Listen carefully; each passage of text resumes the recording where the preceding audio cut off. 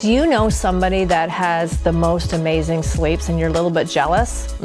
We all do. Do you also know that successful sleepers have one really big secret that they aren't sharing with the rest of us? Find out more in this video. Let's go.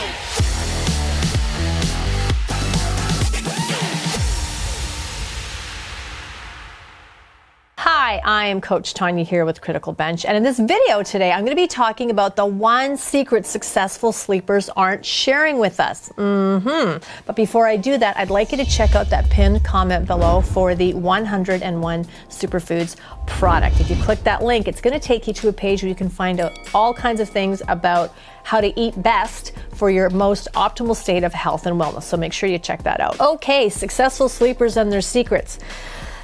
I've been talking a lot lately about sleep, and I really, honestly, I can't complain a whole lot because for the most part, I do sleep pretty well. I know what amount of sleep works for me. I tend to wake up on most days, well rested, energized, ready for my day. But I do have those days on occasion or kind of phases that I'm not sleeping the best, but I can usually attribute that to something that's going on in my life. So I think a lot of us know that. I think a lot of us have an understanding or at least an awareness of, are we sleeping well or not? Are we getting quality sleep?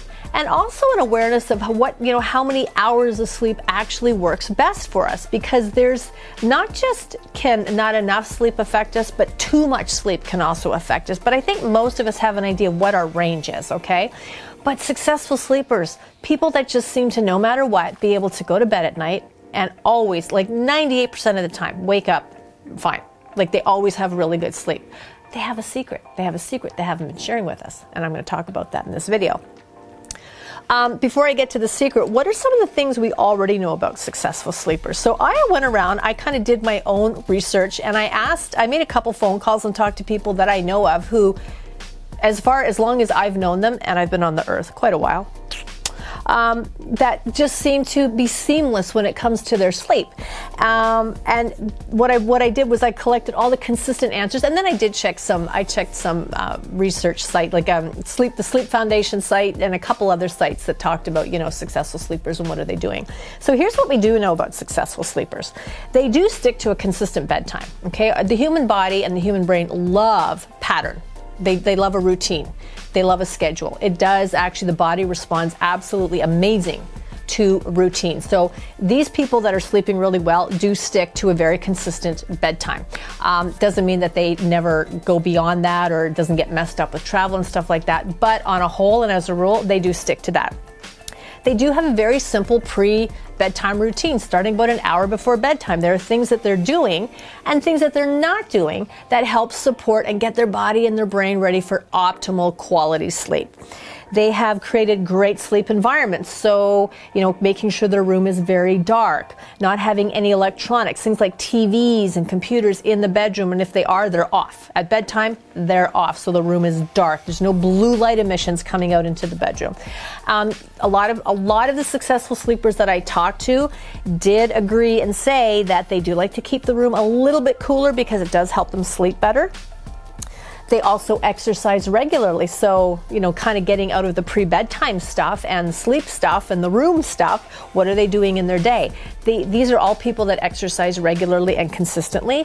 They have really good nutrition that they track what they're eating. They enjoy things like a glass of wine and a piece of cake and, a slice of pizza, but overall their nutrition and how they're eating and their behaviors with food are really healthy. They tend to have better coping mechanisms to manage stress.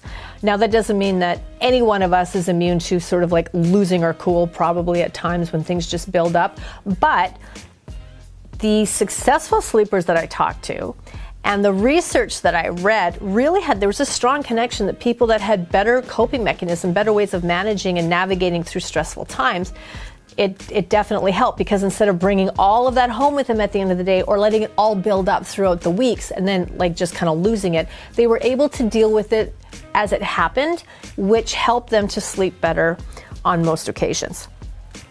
Successful sleepers, what else did I write down here? Oh, they have an attitude of gratitude.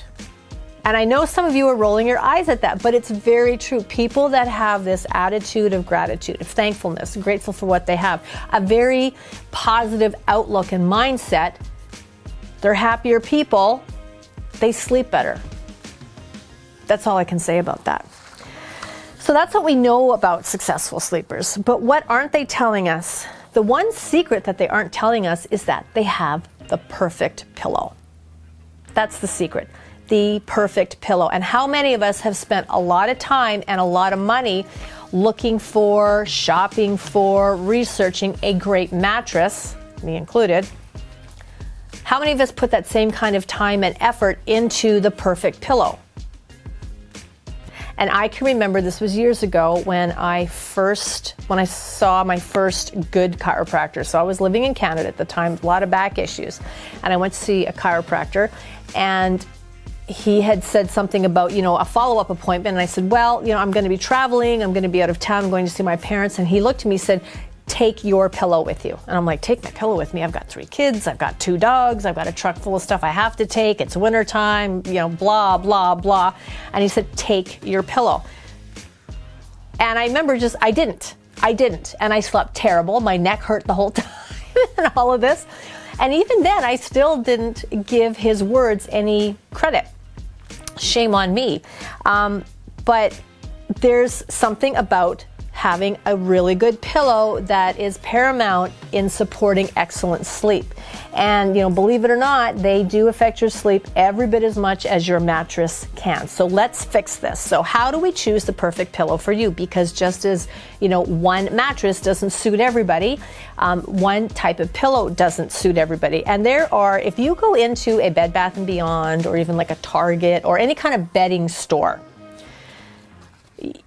it's amazing how many types of pillows. I mean, it's actually kind of overwhelming. I must have been Bed Bath & Beyond not all that long ago. And I wasn't looking for a pillow, but I was looking for something in the bed linen section. And I just thought, I'm doing all this sleep research. I'm on all this reading about sleep. Let's take a look at the pillow section. Boing.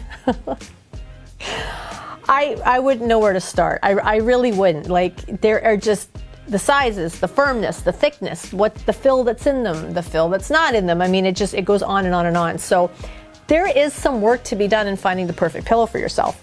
So I made some notes to help you, okay? So what I did was I made a list of the influencing factors that you need to consider when you want to go shopping to find the perfect pillow for yourself. So number 1 is your sleep position. So are you a side sleeper? Are you a back sleeper? Are you a stomach sleeper? Because if you are mostly a side sleeper, you probably will do better with a softer pillow that is a little bit more flat. If you are somebody that is mostly a back sleeper, a thicker pillow tends to be a little bit better just to support the head and neck. Okay.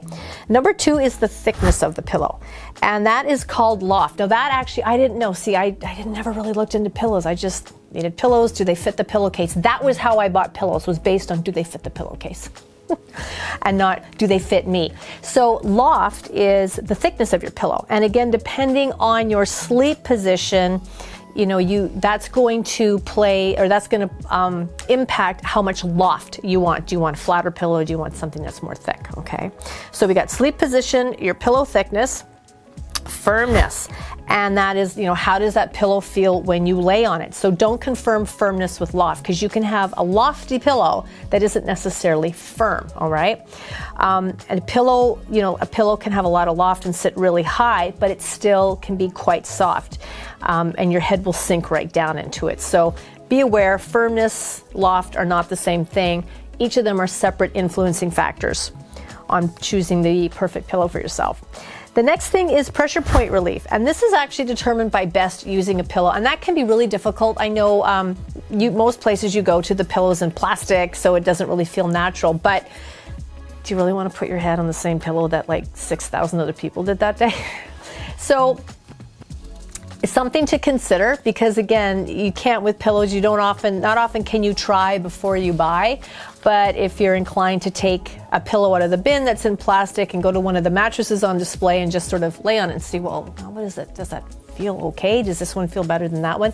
It can help. And sometimes I've seen people, as soon as they lay down with their head on a pillow, they just like, no. I can feel it in my shoulder. I can feel it in my hip. It's just amazing how a certain type of pillow can instantly set off these trigger points. So if you have trigger points, if you got some like really serious trigger points that you know that certain pillows or certain thicknesses and lofts are going to affect you, you're probably going to want to try out some of the packaged pillows that you can before purchasing one. Now, the last one isn't so much an influencing factor in how it supports you and impacts your sleep necessarily. This is more about your wallet, because pillows can be very expensive. So this is largely influenced by how much you're willing to spend on a pillow that supports better sleep for you or not. And when I talk about this, I tend to ask people, well, how much time did you put into looking for a mattress? How much money have you spent on a mattress? So if you did all of that work to buy the best mattress for you so that you sleep well, your back feels good, your neck feels good. If you did all of that to get a nice mattress with the right firmness to support you, why would you then go and buy a $9.99 pillow? Why? Again, doesn't mean you have to buy a $400 pillow, but perhaps if you spent a good chunk of change on a really good mattress because you want to sleep better, you might want to consider looking a little bit higher end at buying a pillow that really does work well for you. So it's possible to get a really good quality pillow that works well for you at a good price. Again, it doesn't mean that you have to spend hundreds of dollars on it, but in my opinion, you are going to get what you pay for a lot of the time. One thing I wanted to mention, because this came up a lot with people that I talked to and some of the websites that I visited about sleep and mattresses and pillows and all kinds of things to help with sleep and things that don't help with sleep, is that for people that are hot sleepers, no matter where you live, I live in Florida and I'm somebody that runs very cold. I will, in the middle of summer, I'll still be sleeping under a weighted blanket. That's a true story. But I know a lot of people in my family sleep really, really hot. This can be a huge determinant in the kind of mattress you purchase, the kind of bedding that you buy, and it certainly can affect your pillow, because we do lose a lot of body heat through our head. So there are a lot of different pillows that you can buy with like chill technology, or you can even get pillow casings or covers that have the chill technology. So if you're someone that you sleep better when it's cooler, but you just tend to run hot, you certainly want to look at those pillows that have that chill technology to help keep you comfortable as far as body temperature while you sleep, just to help to keep you in that zone of sleep, sleeping well, so you wake up really rested and feeling great. Thank you for watching this video. If you liked it, please give it a thumbs up, and don't forget to click that subscription button and the notification bell so you never miss any of our great video content. And also, before you go, make sure you check that pinned comment below for the 101 Superfoods product. I'm Coach Tonya at Critical Bench. Thanks again for watching, and I'll talk to you soon.